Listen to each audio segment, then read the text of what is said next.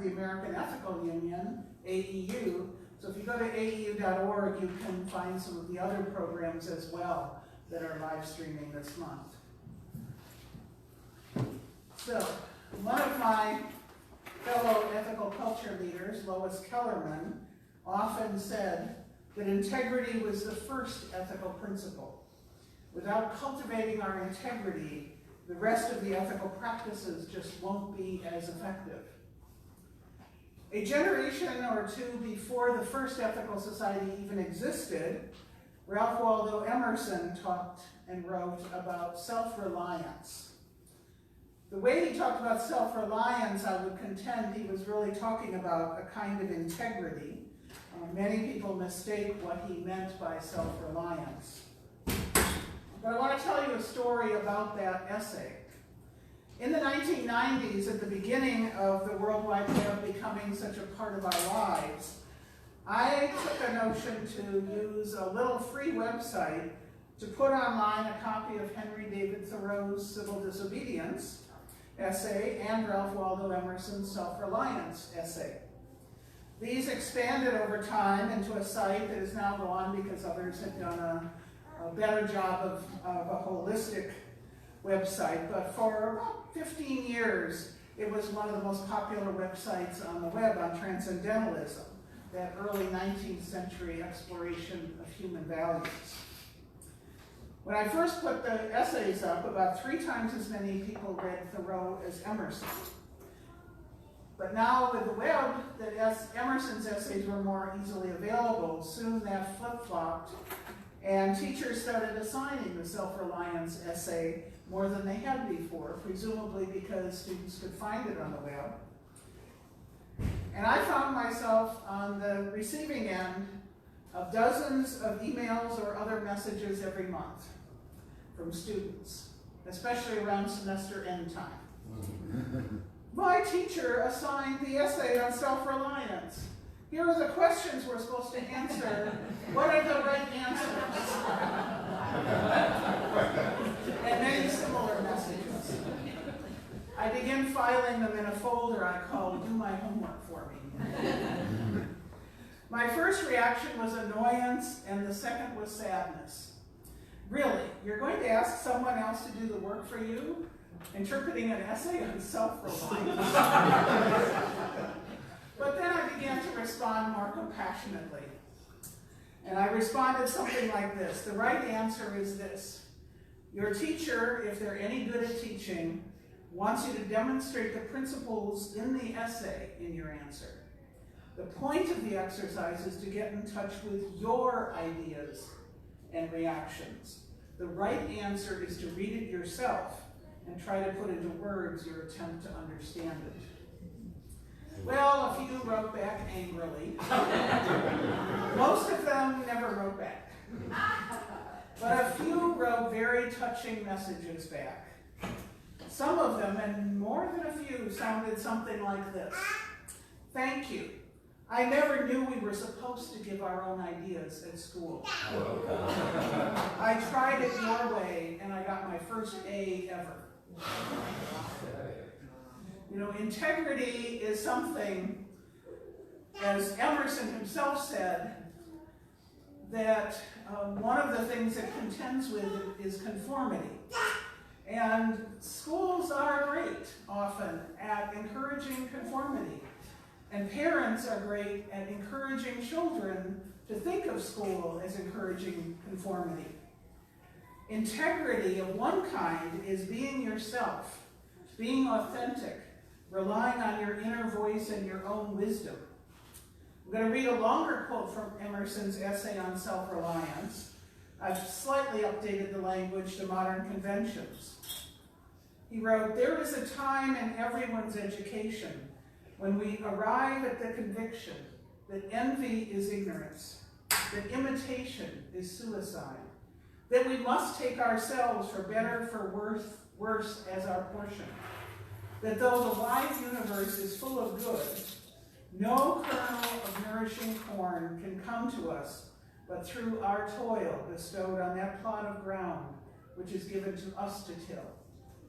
The power which resides in you is new in nature, and none but you knows what that is.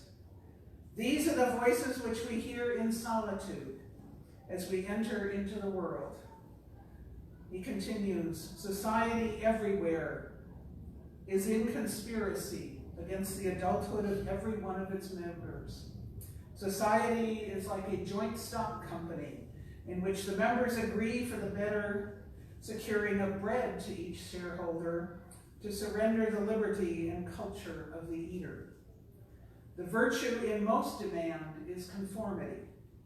Whoso would be a person must be a nonconformist. Nothing is at last sacred but the integrity of your own mind. Or a shorter version from the same essay, to be yourself in a world that is constantly trying to make you something else is the greatest accomplishment. Now, Emerson in this essay didn't mean that we should just be and do whatever we want. To reread that essay, and I do it about every 5 years in my life, is to get in touch with his sense that inside each of us is the potential for wisdom, getting in touch with what really matters. Self-reliance, integrity, is about being our true inner self, not just trying to be different for the sake of being different, and certainly not about rejecting community, just rejecting that part of what I call pseudo-community that demands that you change yourself, that you hide yourself, that you divide yourself to fit in. Now, the math nerds and word nerds among us may remember that the word integrity is from the Latin integer, meaning whole and complete, not fractured.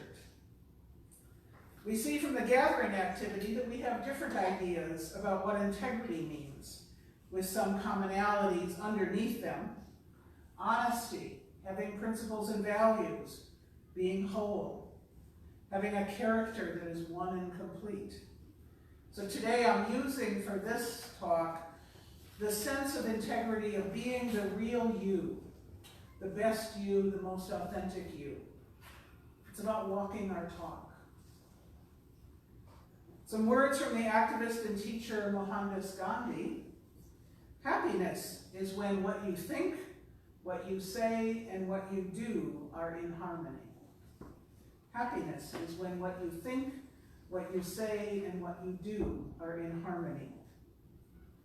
And that is what integrity is too. Or as Mark Twain said more crudely, the advantage of being honest is that you don't have to have as good a memory. Years ago, I taught a beginning course on ethics designed to help draw out how we make our ethical choices. And the course was designed to help make our choices that we make more conscious.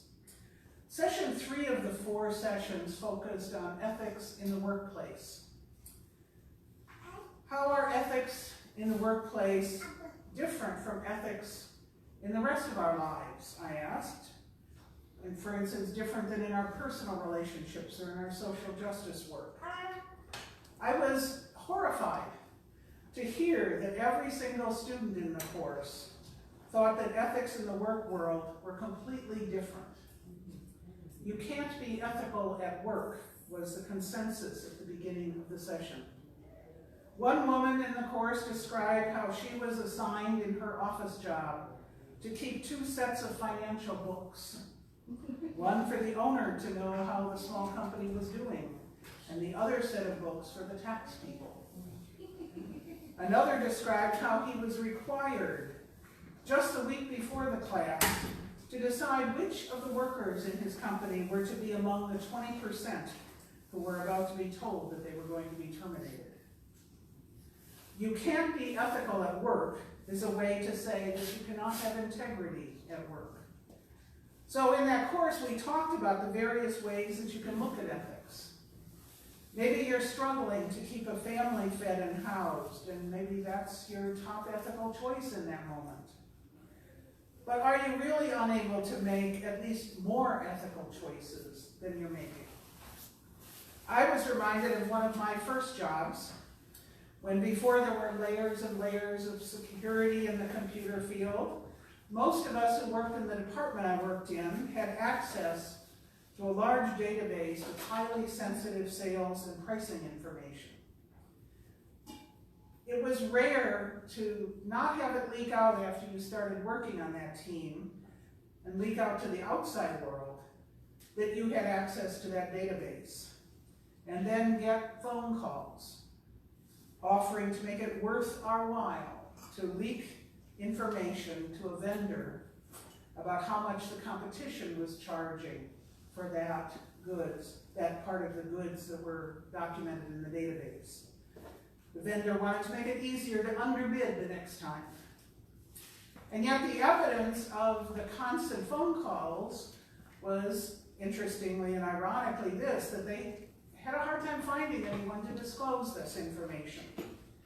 You know, even if we might be personally upset at the corporation and some of its practices, we would have to live with ourselves if we violated our own sense of integrity. Would more have been willing to blow the whistle if the practices embodied in that database were unethical? Shortly before I arrived at that company, some anonymous person in our department blew the whistle on the company and on the company practice that enriched the company at the expense of consumers. But when you think about it, that was not a leak for personal gain. Well, inspired by the conversations in that ethics class, that woman who kept 2 sets of books found another job within a month. She had decided she could no longer live with herself in doing that. As human beings in social community, we've had to work at boring and uninspirational work for most of our history. Fishing, planting, harvesting, hunting to feed our families. And I think we as human beings are therefore inclined to put feeding and housing our families first, even if the rest of what we do sometimes doesn't match our values. And still, I think it is worth thinking about the work that we do and how to bring our work more in alignment with our values, as well as with our skills and our limits. I once knew a woman who was desperate to find fulfilling work. Sometimes I just want to cry when I think about her quest. What she wanted to do most in the world was something practically nobody wanted to have done. What she could find to do that was at least in the general neighborhood of what she wanted to do, she actually wasn't skillful enough to do it.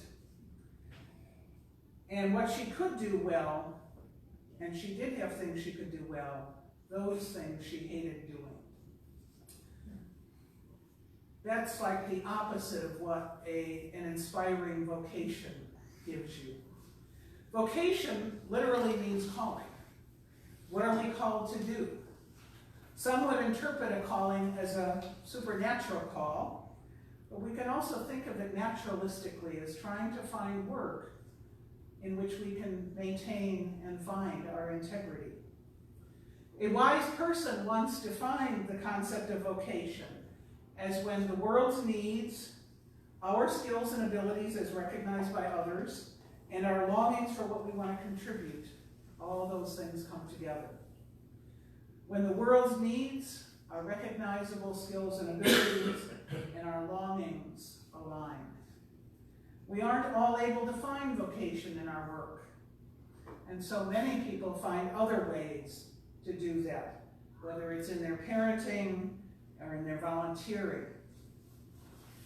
Most of the world's religious and philosophical traditions teach some kind of version of how to find integrity and that it's an important task. Parker Palmer is a writer who calls it living the undivided life.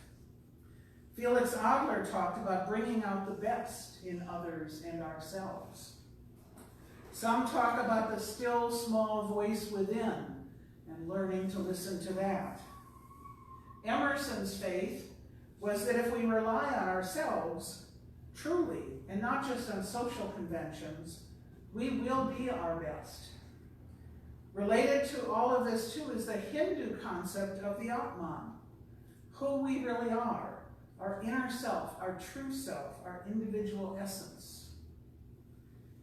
Integrity, or our true self, our best self, is not, however, a place where we arrive and stay.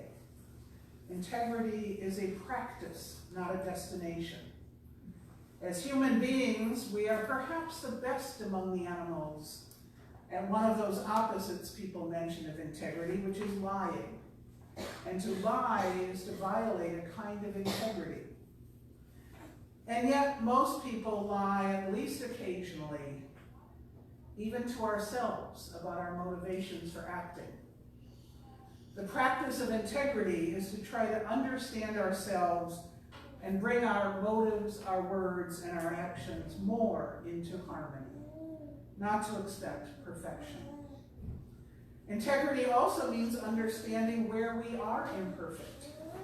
Again, that writer and activist Parker Palmer, I'll quote him, he's the founder of the Center for Courage and Renewal.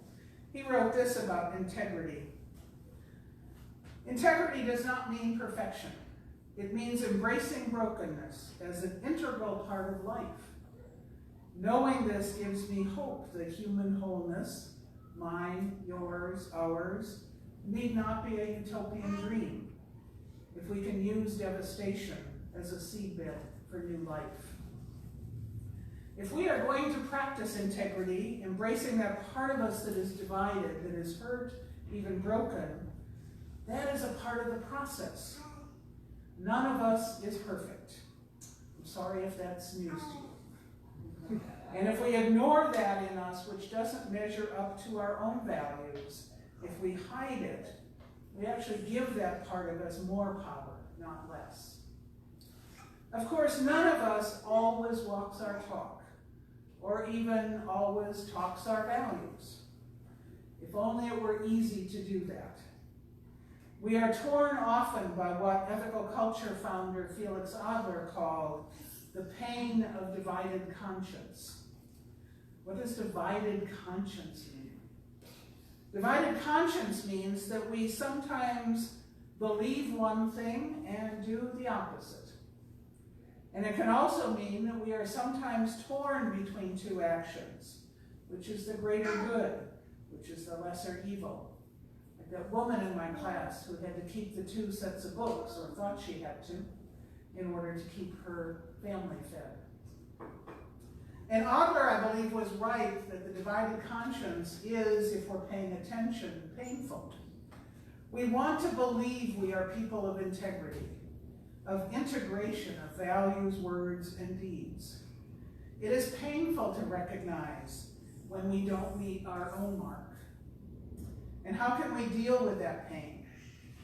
You know, suppressing any kind of pain rarely gives more than momentary relief.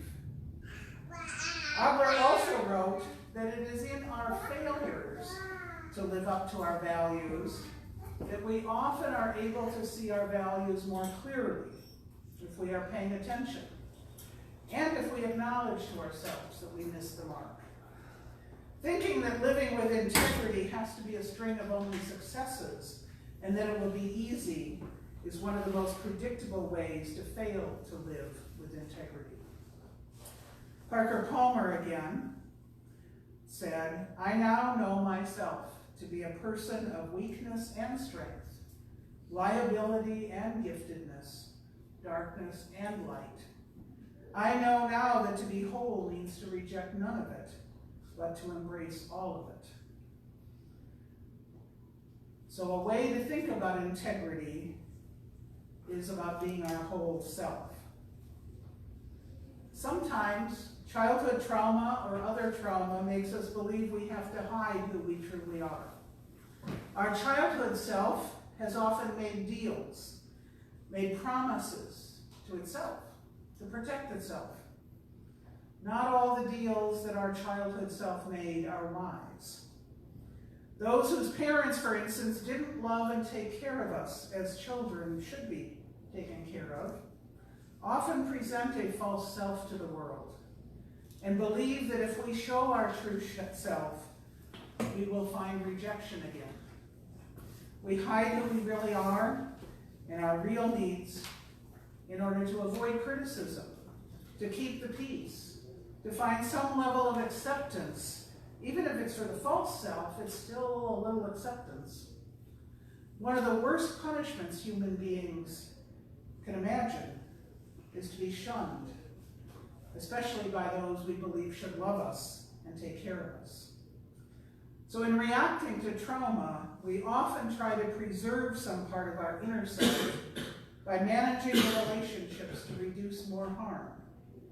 It's a lot to ask of children, and those subjected to such harm in childhood, and the decisions made, the vows we make to ourselves, often do not support a sense of authentic integrity. Integrity often then requires a kind of a healing process, acknowledging the hurt, reconnecting with feelings that were repressed, finding an environment that allows us to be both brave and relatively safe. There's a reason that emotionally resonant therapists are often the most effective at breaking us through the false exterior and masks, and making it easier to find our true self and be comfortable with it. We certainly know that for those most traumatized, who've developed a thick skin, a coat of armor to protect, they are usually helped, and research has shown this clearly, those most traumatized are usually helped by connecting with a person in their life who recognizes their potential true self, and who makes it easy, often through a kind of emotional resonance, to face and learn from emotions. One recent study showed that just one caring adult in your life can be what helps you find the strength and courage to manage yourself and offset much of the hurt. But even if we've not had major trauma, we often hide parts of ourselves to conform. Another book that I read recently is called Unexpected Gifts, Discovering the Way of Community, written by somebody named Christopher Hertz. And he writes in there, we all find ourselves bouncing around 3 very human lies that we believe about our identity. I am what I have. I am what I do. And I am what other people think of me. The writer Glennon Doyle Melton says that we have 2 selves, that authentic, integral self, and a, quote, representative self that we send into the world instead. The representative is born when we decide that our real self isn't good enough to be in public, or when we get told that often. Rachel East, writing about the same idea, writes, your representative is a version of you that's sent into the world in your place. It's a blander, less authentic person who stands in for you when it doesn't feel safe to expose the real you. Your representative is the one who plasters on a fake smile when you'd rather be anywhere else than the meeting you're sitting in. Doesn't speak up even when you've got an opinion for fear of being judged. Knows exactly what to say to keep being liked and praised. Keeps you jumping through hoops, constantly trying to prove your worth. Has a bunch of acquaintances, but very few real connections. Most of us have been sending out representatives for so long that we can't remember not having one. Cultivating integrity means letting our real self go out into the world. We want to be seen as beautiful, as wise, as having worth in our real self. Our brains process rejection of self as rejection of us. And as human beings who are social animals, we are hardwired to fear being isolated and alone. Thus, the power of a supportive friend, mentor, or community. Emerson's theory of self-reliance was that if we individually work hard enough at it, we'll find that best self that exists and that is in harmony with a larger reality, not social convention, but reality. And that we will become, that real self will become who we are in public as well. Emerson and others had a name for that experience of learning and growth into self-reliance. They called it self-culture. Felix Adler, the founder of ethical culture a generation or two later, turned that a little bit. Adler recognized that we do not go on that journey of integrity alone. And neuroscience has caught up with those intuitions. Our minds, our brains, our learning depend on our interconnections with other people and the world around us. Relationships are an essential part of cultivating integrity. Our inner self needs to know that others see it as beautiful. And if Felix Adler is correct in his assessment, it's often in helping others actualize their worth and integrity and inner beauty that we become closer to integrity ourselves. Cultivating integrity may be, if the Gandhi saying is accurate, that we'll be happier. You know, happiness is not the same as joy or pleasure. Happiness is the long-term peace and contentment versus momentary highs. And it's a lifelong commitment that is often challenging. We keep finding out ways that we are not in harmony. Our values, our words, our deeds. Christopher Hertz again writes, ironically, as much as we yearn for deep friendships and meaningful communities, many of us seem to be unable to find our way into them. Even if we know we're made for community, finding one and staying there seems almost impossible. Though we hate to admit it, if we stay long enough in any relationship or set of friendships, we will experience some failure, doubt, burnout, loneliness, transitions, frustration, grief, weariness. And yet, it's often those painful relationship experiences, those tensions we struggle to navigate, that hold the surprising gifts. Our best self is not a self in isolation. Our best self is not in denial about that which doesn't work as well. Our best self is also how we relate to others, how we build our friendships, how we create and sustain community. And relating to others in ways that help others cultivate integrity, it turns out, is an effective way of bringing out our own integrity. Friendships, relationships, and community build our skills and allow ourselves to bring that best self out for a bit of fresh air. Christopher Hertz continues, becoming the best versions of ourselves often requires that we stay. Stay when things get hard. Stay when we get bored. Stay when we experience periods of unhappiness. Stay when the excitement wears off. Stay when we don't like those we're in community with. Stay when we fail or are betrayed. Stay when we know who we can become if we have the courage to be faithful in the undramatic. So as the new year in the common calendar begins, consider what you need to do this year to bring out your best or true self, to become more in integrity of mind, body, and spirit. Look at how you live your life, and you'll see your actual values.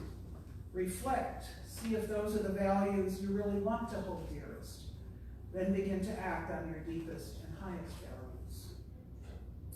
So as we say goodbye to our live stream audience, we're going to introduce our Song of the Month. Time for Musical Reflection has us listening this week to the song by Carrie Newcomb.